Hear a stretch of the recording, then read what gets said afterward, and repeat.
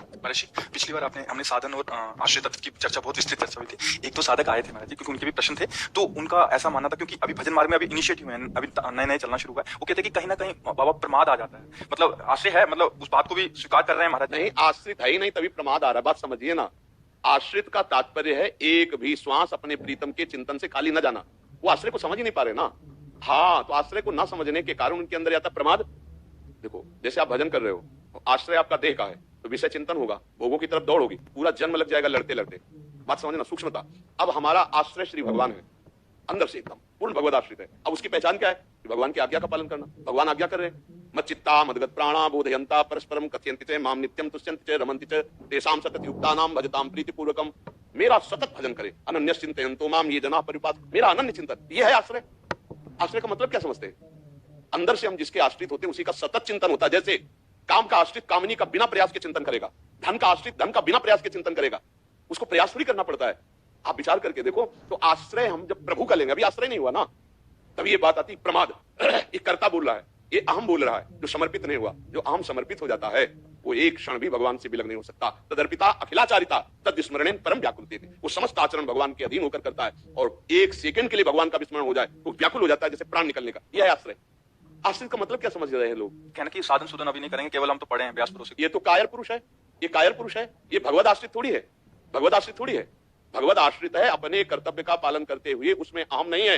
ये श्री भगवान करा रहे हैं, एक क्षण के लिए भी भगवत आज्ञा का उल्लंघन नहीं हो, भजन का तार न टूटे, उसे भगवत आश्रित कहते हैं। आश्रय का मतलब ये तो प्रमाद है, ये तो कायरता है, ये तो कर्म का चोरी करना है कि हमें अपने जो अंदर वेग आ रहा है सेवा भजन साधन का, बोले नहीं हमें ये नहीं करना, हम तो आश्रित हैं। ऐसा कैसी बात है? कब ऐसा उपदेश दिया गया? उस महाराज इस बात का ऐसा भाव ले लेते हैं जो मतलब अभी चले नहीं है। हाँ, तो उनको ये आकर के निराकरण करना चाहिए कि ऐसा आश्रय का मतलब ऐसा नहीं होता है। आश्रय का मतलब होता है कि जैसे अभी आप स्वीकार किए मैं गृहस्थ हूँ, आप स्वीकार किए मैं पुरुष हूँ, आप स्वीकार किए मैं साधक हूँ, आपको स्वीकार करना मैं श्री भगवान का हूँ, श्री भगवान मेरे। यहां से प्रारंभ होती है उत्तम साधना। अब जिनके हम हैं उनका सतत चिंतन, उनके ममता में हमारे कोई मिलावट नहीं होगी। भगवत आश्रित है ना, तो सबकी ममता ताग बटोरी, मम पद्म नहीं बांधी बटोरी, तब तो आश्रित माना जाएगा। ऐसे थोड़ी मनमानी आचरण कर रहा है, भोग रहा है, उसके बाद कहता मैं भगवत आश्रित हूं, वो तो प्रमादी है, वो तो साधक ही नहीं है, भगवत आश्रित ही नहीं है। भगवत आश्रित कैसे होता है ये पहले समझे आकर के। हाँ, जब तक साधन को भगवत कृपा नहीं समझेगा तब तक वो कैसे मन क्रम वचन छाणी चतुराई भजत कृपा करिए रघुराई। मन वचन कर्म से भगवान के आश्रित होकर वो नाम जप कर रहा है, मार्गगामी प्रवृत्तियों को त्याग रहा है। जो नहीं त्याग पा रहा वो भगवान से पुकार रहा है, प्रार्थना कर रहा है, हर समय भगवत चिंतन, ये भगवत आश्रित का लक्षण है। ये जो लोग कहते हैं भगवत आश्रय से प्रमाद है, वो समझ ही नहीं पा रहे भगवत आश्रय किसे कहते हैं। व्यास भरोसे कुंवर के सुवत पांव का पसार का तात्पर्य है पूर्ण काम महापुरुष। बहुत ऊंची स्थिति है, छोटी मोटी थोड़ी है। तुम कहां पांव पसार के सोते हो? तुम तो व्यभिचार करते हो, मनमानी चिंतन करते हो, तुम पांव पसार के सो रहे हो। मतलब क्रियाओं को बाहर ना प्रकट होने देना, तो अंदर क्रियाएं तो हो रही हैं, आपके अंदर चिंतन तो चल रहा है। आश्रित किसके? विषय के, शरीर के, भोगों के, अहम के। ये चीज समझना पड़ेगा। आश्रय से ही भगवत प्राप्ति होती है का तात्पर्य है जिसका हम आश्रय लेते हैं उसका सतत चिंतन होता है, जिसका हम आश्रय लेते हैं उसके विरुद्ध कभी आचरण नहीं होता है, जिसका आश्रय लेते हैं हमारा प्राण प्यारा होता है, जिसका आश्रय लेते हैं उसके सिवा हमारा कोई नहीं होता। जैसे मीरा जी ने गिरधर का आश्रय लिया तो कहती मेरे तो गिरधर गोपाल दूसरो ना कोई। तो रात दिन क्या हो रहा है? गिरधर का चिंतन हो रहा है। आप देखो, जिसका आश्रय लियो आपका चिंतन हो रहा है कि नहीं? आप कभी माला लेकर संसार का जप करते हैं कि आसन में बैठकर ध्यान करते हैं? क्यों? क्योंकि आपने शरीर का आश्रय ले लिया, शरीर भोगों के आश्रित है, तो भोगों का स्वाभाविक चिंतन हो रहा है। हमें नाना प्रकार की जितनी चिंतन वृत्तियां हैं वो सब शरीर आश्रय से है। इसी आश्रय को हटा के भगवत आश्रय में लगाना है। अब उसको समझे, तभी तो कहा गया जब बहुकाल करी सत्संगा तब होए सब संशय भंगा। जब बहुत काल तक सत्संग करे तब समस्त संशयों का नाश हो जाता है। जैसे कल ये हुआ कि भगवान का भारत में क्यों अवतार होता है, अन्यत्र क्यों नहीं होता, उसकी चर्चा हुई। जैसे किसी ने एक दो कि भगवान तो असुरों का संहार करने के लिए अवतार लेते हैं। कहां कहां अवतार लेते हैं? भक्तों की प्रार्थना से। नहीं, असुर किसे कहते हैं? जो पराई माता बहनों से व्यभिचार करता है, जो दूसरे के शरीरों का नाश करके मांस खाता है, जो कोई भी धर्म मर्यादा को नहीं मानता है, मनमानी आचरण करता है। ये विदेशों में ज्यादा पाया जाता है, नहीं पाया जाता। आप विचार करके देखो, मनमानी आचरण है ना, तो वहां भगवान का क्यों अवतार नहीं हो गया? राक्षस किसे कहते हैं? माने मातु पिता ने देवा साधुन ते करवावे सेवा, जिनके ये आचरण भवानी ते निष्ठर समझानो प्राण। राक्षसी प्रवृत्ति की कमी है क्या? मदिरापान करना, मांस खाना, व्यभिचार करना, यही उद्देश्य है। खूब धन कमाओ, खूब शरीर के पोषण करो, भोग भोगो, कोई उनको स्वर्ग नरक भगवान इसकी कोई परवाह नहीं है। तो वहां भगवान का ज्यादा अवतार होना चाहिए, क्यों नहीं हुआ? असुर भाव इसी को तो कहते हैं भगवत प्रेमी महात्माओं की आराधना, उनको सखा भाव से तो भगवान अवतरित होकर सखा एक संकल्प में दुष्टों का विनाश कर देने वाले भगवान दुष्टों के लिए नहीं अवतरित हुए, प्रेमियों के लिए अवतरित हुए। क्योंकि सखा बनकर गले में हाथ डालकर खेलना, कांत बनकर के रास करना, विविध प्रकार के सुख ये भक्तों को देने के लिए अवतरित हुए। विनाश लीला तो उनकी एक सेकंड की है। भगवान शिव रूप में तीसरा नेत्र खोल दे, अभी सब भस्म हो जाए। संकर्षण रूप में नीचे से पुरस्कार करते, पूरा ब्रह्मांड भस्म हो जाए। सूर्य भगवान अपने तेज में आ जाए, आग लग जाए। आप क्या समझते हो? विनाश के लिए उनको अवतार लेने की जरूरत है? मूल बात उनकी समझने की है। वो अवतार कब लेते हैं? जब सब बड़े बड़े महात्मा व्याकुल होकर उनको पुकारते हैं। वो अवतार कब लेते हैं? सर्वत्र व्याप्त भगवान जब प्रेम से पुकारा जाता है तो अवतरित हो जाते हैं। हरि व्यापक सर्वत्र समाना प्रेम से प्रकट हो। प्रेम कहाँ है? भगवत प्रेमी महात्माओं के। वो कहाँ है? भारत भूमि में।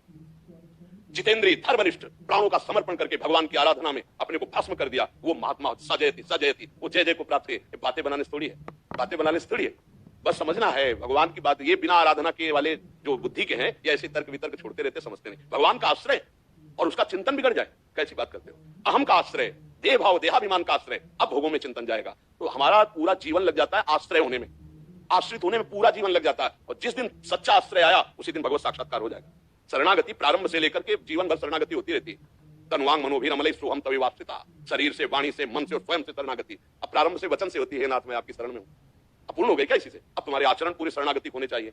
तो शरीर की शरणागति हो, मन का संकल्प भगवान के अधीन होना चाहिए, मन का समर्पण हो गया, फिर स्वयं भगवान की आश्रित हो गया। अब शरणागति, अब रंग आ जाएगा उसके अंदर, निश्चिंत निर्भय निष्ठोक, उसके अंदर सच्चिदानंद भाव आ जाएगा। जी, आपका कहने का जो सार निकल रहा है कि साधन पक्ष तो चलेगा ही, गुरु आज्ञा से जो मिला है, हाँ, उसके अंदर बहुत का जोर का अहम जो है, हाँ, साधन का ना होके प्रभु का हो जाए। हाँ, देखो ये ऐसा मार्ग है कि आगे इतने खतरे हैं कि आपकी साधना में दम नहीं कि उनसे निपट ले। जब काम का आकर्षण होगा और काम की सुविधा माया दे देगी तो उस समय कोई भी ऐसा सामर्थ्यशाली नहीं पूरी सृष्टि में जो अपने को बचा ले। वो केवल भगवद आश्रित ही बचेगा, दूसरा नहीं बचेगा। दूसरे की सामर्थ्य नहीं है कि बच जाए। उस समय करूं सदा दिन कह रखवारी, जिम बालक राखे महतारी। बड़े बड़े की बात हम कह रहे हैं, ये बात बनाना अलग बात है। पीछे से हम खा के आके और मुंह ऐसे पोंछ के बैठ गए, वो बात अलग की है।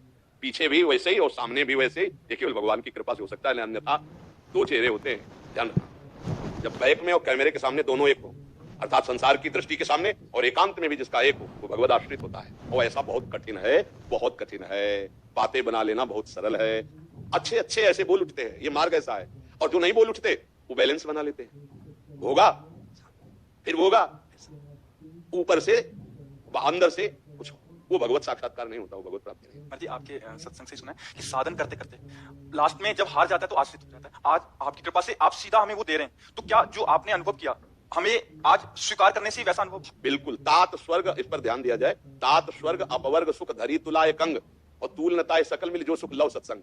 सत्संग से जो प्राप्ति होती है वो ना स्वर्ग में और ना मोक्ष से। ऐसा क्यों कहा गया? लव माने बहुत छोटा समय होता है। क्या एक सेकंड में जो उन्होंने जीवन में अनुभव किया वो तुम्हें दे दिया, भगवत आश्रित, और उनकी कृपा से ऐसा आ गया कि हे नाथ मैं आपकी शरण में हूं। बहुत बड़ी बात बन गई, क्योंकि अब भगवान संभालेंगे आपको।